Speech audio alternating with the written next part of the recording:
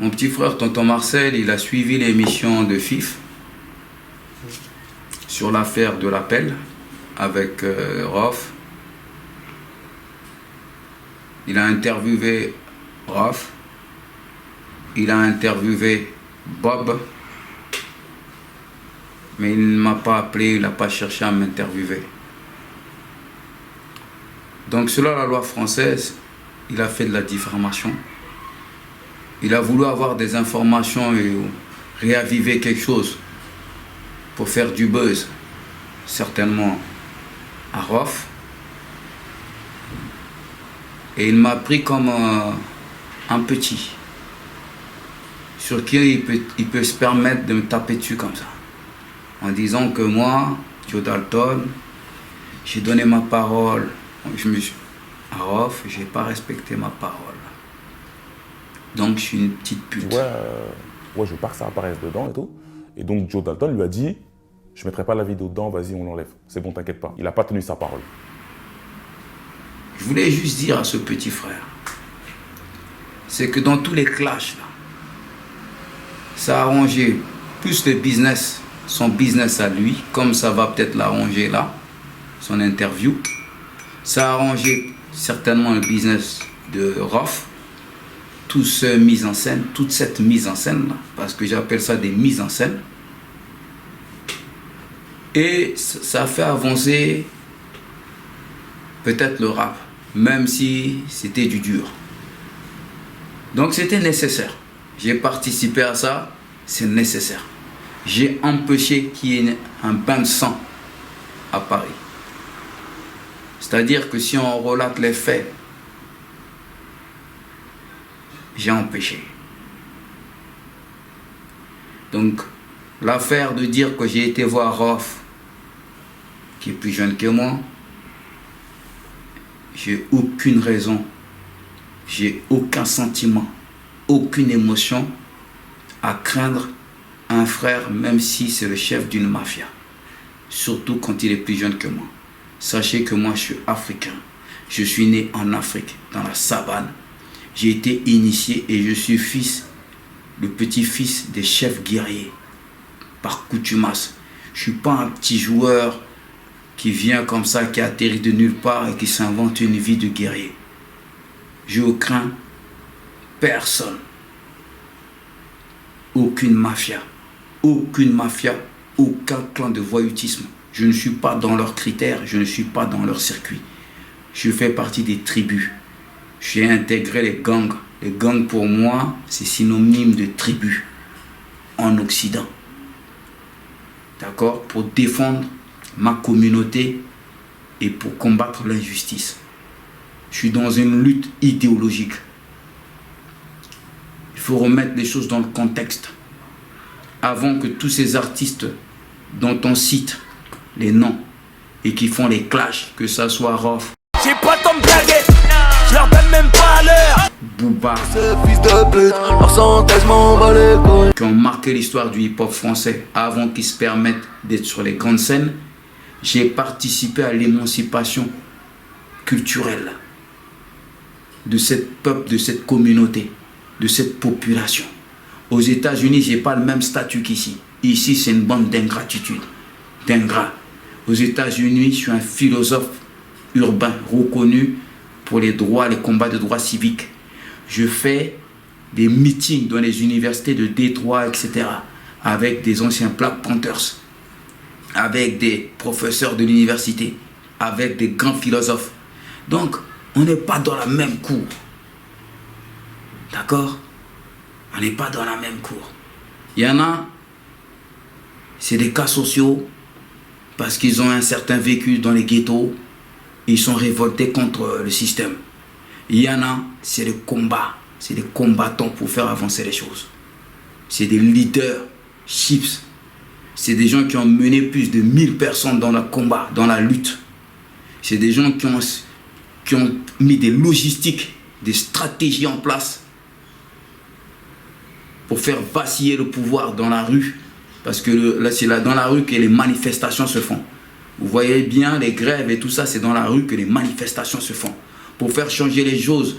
même pour guillotiner le roi, les Français sont descendus dans la rue. Donc si partout dans le monde entier, quand un leadership fait un appel à faire descendre la population dans la rue, le système vacille. Et là, on peut s'asseoir sur une table et discuter. Et là, on peut imposer des choses et changer les mœurs. Moi, je fais partie de ces critères-là. Un artiste, un jour, c'est une star. Le lendemain, il est remplacé par une autre star. Un combattant de droits civiques, un combattant de droits de l'homme, un combattant des droits idéologiques, un militant, quand il marque la rue, qu'on l'aime ou on ne l'aime pas, son nom est ancré dans l'histoire. C'est un héros. Quand je passe en jugement, même les procureurs disent que c'est une personnalité de collectivité territoriale. Vous comprenez ça? Même il dit, même s'il me condamne, ils disent que c'est une personnalité de collectivité territoriale. Parce qu'il a participé à l'évolution du monde. Il faut bien voir ça. Donc, les petits joueurs, parce que les maisons de disques vous donnent des miettes, parce que vous vous prostituez dans les maisons de disques, comme FIF, c'est un prostitué des maisons de disques, pour gratter, ouvrir sa structure, c'est bien, il le faut, il en faut. Mais il ne faut pas cracher sur des militants. Aujourd'hui, je vais avoir 50 ans dans quelques jours. À un jour près de la naissance de Tupac. Je suis son aîné de 2 ou 3 ans. Je connais bien sa mère. On a échangé avec sa mère. J'ai fait un meeting avec Sikiama Kine, qui est une sœur, sénatrice des droits de l'homme, des droits civiques aux États-Unis, qui est une sœur à la mère de Tupac. Donc on a fait des meetings. On a échangé ensemble sur l'évolution du peuple. Donc j'ai pas le temps avec ces trucs de fif, de citer mon nom et de dire que Joe Dalton a regardé Raph dans les yeux, il lui a donné sa parole, après il est revenu dessus, de me faire passer pour des petites putes, pour que des petits internautes qui connaissent rien à la vie, qui aujourd'hui kiffent les paroles de rap, ils sont dans leur sensationnel, qui comprennent pas que la lutte c'est plus profond que ça, et que c'est grâce à des militants dont je fais partie, qu'aujourd'hui ils peuvent jouir de cette culture, eh ben ça les excite et ça fait des trucs, mais c'est son problème. Mais aujourd'hui, à 50 ans, je suis passé de l'autre côté du pont. C'est-à-dire qu'il y a le pont du mouvement, de la jeunesse, des mœurs et tout ça, et à un moment donné, on passe de l'autre côté du pont. Et pour que j'atteigne mes 50 ans, c'est-à-dire je suis de l'autre côté du pont de la rive, il a fallu que j'ai de la bouteille, que je traverse des choses terribles. Et j'ai jamais reculé face à l'adversité. J'ai jamais reculé face à l'adversité. J'ai mis un genou à terre, mais j'ai jamais reculé. Que mon père repose en paix et que mes grands-parents, les grands guerriers, reposent en paix parce que leur petit-fils n'a jamais reculé devant l'adversité. D'accord? À l'époque, qu'on soit disant que Joe Dalton est recherché et que les gens ils se vantaient, ils étaient heureux, même des gens proches de moi, de savoir que voilà, je suis recherché par des mecs de Vitry, etc. Parce que voilà, Rof, il va me faire la peau. Moi, j'enseignais les arts martiaux à Vitry. Tous les jours, je prenais mon bus, j'allais dans les gymnases et j'enseignais aux enfants les arts martiaux à Vitry. Tous les jours. Et Ivry et Vitry. Quand on s'appelait au téléphone avec les Kerry James et tout ça, j'allais à Vitry. Donc, il faut arrêter de raconter tous vos salades, de me salir. Ce qui est bien dans tout ça, c'est que ça a fait développer, certainement ça a fait vendre beaucoup de disques à Rof, et c'est tant mieux. Pour moi, ça a été constructif, même si c'est un mal de se raconter des trucs sur Internet, mais tant que ça lui a fait amener des sous pour qu'il puisse subvenir à ses besoins et atteindre son niveau où il veut atteindre au niveau du rap, tant mieux. Là-dessus, c'est positif. Ce qui est négatif pour moi, c'est les petits journalistes de merde comme FIF, qui se permet de dire que j'ai une langue de pute parce que j'ai rencontré Rof, je lui ai donné mes paroles en regardant dans les yeux, et je n'ai pas respecté.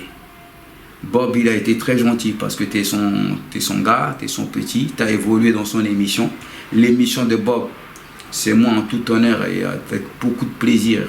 J'ai partagé ça avec Bob. C'était moi, c'était mon émission. Je suis rentré en Génération parce que j'ai discuté avec le père du boss de Génération, qui était un combattant de droits civiques, qui a évolué aussi à Harlem aux États-Unis, dans la communauté afro. Donc, on a discuté avant que Génération soit lancée. Il m'a dit, donne un coup de main, fais en sorte que cette radio devienne radio pour la jeunesse, que ça fait développer la culture. Sur Génération, il y avait tous les invités qui venaient pour soutenir Joe Dalton. C'était vraiment mortel. C'était plus qu'une émission de radio avec de la promo. C'était un vrai concept. Et suite à ça, Bob, il voulait faire Bob était dans la rue. Il faisait de la boxe et il était dans les activités de rue. Il était très dur, Bob, avec son équipe. C'était des jeunes, il fallait canaliser. Et c'était mon équipe. Donc Bob, il m'a dit, j'aimerais bien avoir une émission. Je lui ai dit, prends l'émission. Moi, je vais prendre un autre jour, tu prends celui-là. Donc on a négocié, il a eu son émission. À partir de là, il a fait évoluer FIF. Donc FIF, il ne faut pas venir cracher sur tes grands-pères. Ton grand-père, je suis comme ton grand-père dans le mouvement. Arrête de cracher sur ton grand frère. Arrête de dire que ton grand-père dans le mouvement est une pute. Arrêtez de vous faire des films, des fictions. Arrêtez de faire passer Rof pour une mafia, que machin. Il y a des gens, la mort là, c'est rien la mort. On l'a affronté avant même que vous soyez nés. On était déjà dans la rue, on était déjà dans l'Afrique pendant des crises, pendant des guerres. On est né dedans. On a fait l'épreuve du feu avant même. C'est pour ça qu'on a pu asseoir la culture hip-hop en France. On ne craignait rien, mon équipe. Parce qu'on avait tous une histoire dans mon équipe. Tous avaient une histoire très dure. Une histoire des rituels en Afrique, etc. Et des guerres, des machins. Donc on venait de loin, même des Antilles. Les mecs qui venaient des Antilles, ils avaient une histoire rude. Donc on craignait rien. On a fait des épreuves. Et en plus de ça, d'autant plus, la rue était tellement dure avec les fachos et les criminels. D'accord ? Qu'il fallait être aguerri, il fallait être formé, il fallait être un homme avant l'âge. Donc adolescents, on était déjà des hommes. C'est pas le rap qui nous a fait. C'est pas la culture rap. Et on habitait dans les cités. Donc c'est même pas les cités qui nous a fait. C'est nos racines. C'est nos racines qui nous ont fait. Donc voilà. Il n'y a pas un dragon qui a une baltringue. Tous ceux qui ont voulu le tester, tous les rappeurs qui ont voulu tester un dragon, même un seul, ils ont su que même un petit dragon, il crache le feu. Ils sont dangereux, les petits dragons, parce qu'on a une idéologie. On s'est formé durement. On s'est formé pour faire face à des anciens militaires, des commandos qui étaient dans les milices skinhead, etc. Des gens qui faisaient du sale. On s'est formé pour affronter ces gens-là déjà ados. Et on a formé nos petits frères. Encore plus durs. Donc, il ne faut pas venir raconter des salades. Tu viens de Ivry, c'est mon plus gros bastion. Quand l'Agora est né, c'est nous qui tenons l'Agora. C'est moi qui ai fait la ramification de Ivry-sur-Seine avec Grigny, Corbeil et toute la zone pour créer une puissance de frappe contre les racistes et contre les criminels, les gens qui faisaient du sale aux Africains et aux Blancs, aux gens faibles, des gens fragiles. Donc, même d'où tu viens là, les racines, je fais partie des racines. Tu ne peux pas te permettre, parce que les maisons de disques te payent, tu dois faire réactiver le buzz de Osni, de venir dire que je suis une langue de pute. J'ai pas une langue de pute. L'affaire s'est pas passée comme ça. L'affaire ne s'est pas passée comme ça. Il y a eu, comme il dit Bob, il y a eu des verres cassés, il y a eu des tasses cassées, il y a eu plein de choses.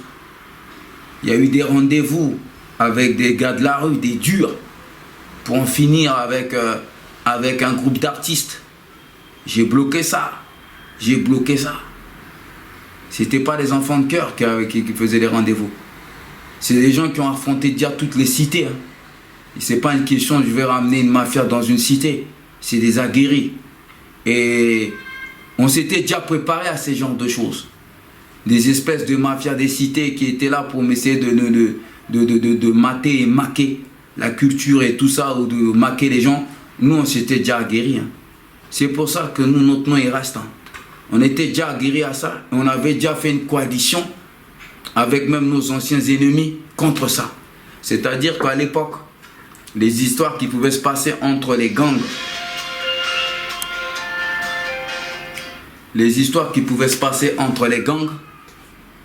d'accord, ça se passait entre les gangs communautaires. Quand il s'agissait de faire des ramifications ou de faire des alliances avec des gens de cité qui ne nous aiment pas, on faisait face à tout ça. On était prêts à ça. On était préparés à ça. Donc, il ne faut pas venir penser que en crachant sur l'ancien, ça fait de toi, c'est plus facile. C'est plus facile, quoi. C'est facile de taper sur l'ancien. Excusez-moi, j'éteins ça. Comme ça, c'est fait. Donc, voilà. Moi, j'ai vu Rof parce que des dragons faisaient la sécurité de Rof. C'était la même famille. Et ils m'ont dit, Rof, c'est la famille. Il faut que vous vous voyez et vous fassiez la paix. Quand je l'ai vu, on n'a pas parlé de vidéos, de DVD. C'est juste parce qu'on entendait qu'il se faisait attraper avec des armes. Il y avait des échos comme quoi ils s'organisaient pour fumer telle personne. Et avant que ça aille trop loin, avant qu'on donne le départ de notre côté, mes éléments qui étaient autour de lui, qui étaient de la famille, ils ont préféré à ce qu'on se rencontre et qu'on arrête ça. Parce qu'ils me connaissent très bien.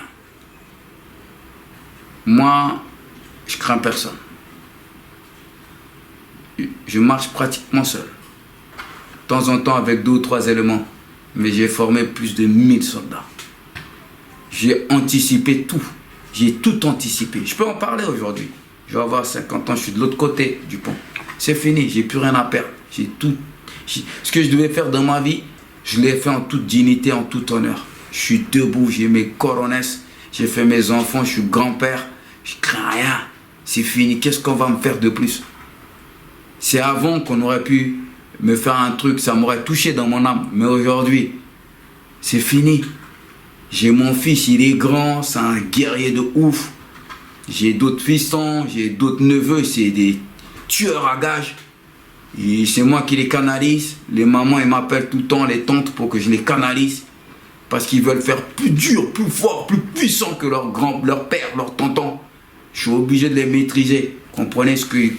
Bien. Et parce qu'on n'est pas là pour ça. Tu vois, c'est pas le but. Donc, faut pas venir me casser les pieds à mon âge et de raconter des salades. Ok?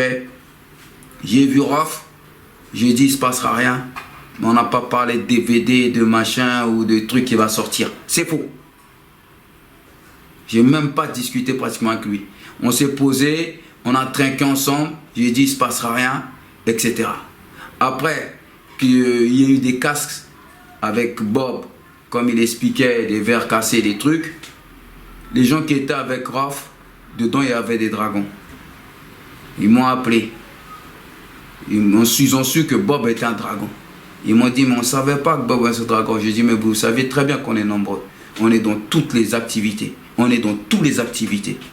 Avant d'aller vous embrouiller, il faut se renseigner et trouver un compromis. Là, vous êtes précipité pour aller vous avez vu, la réponse des jeunes dragons est très directe et ils ne craignent pas. Ils craignent personne.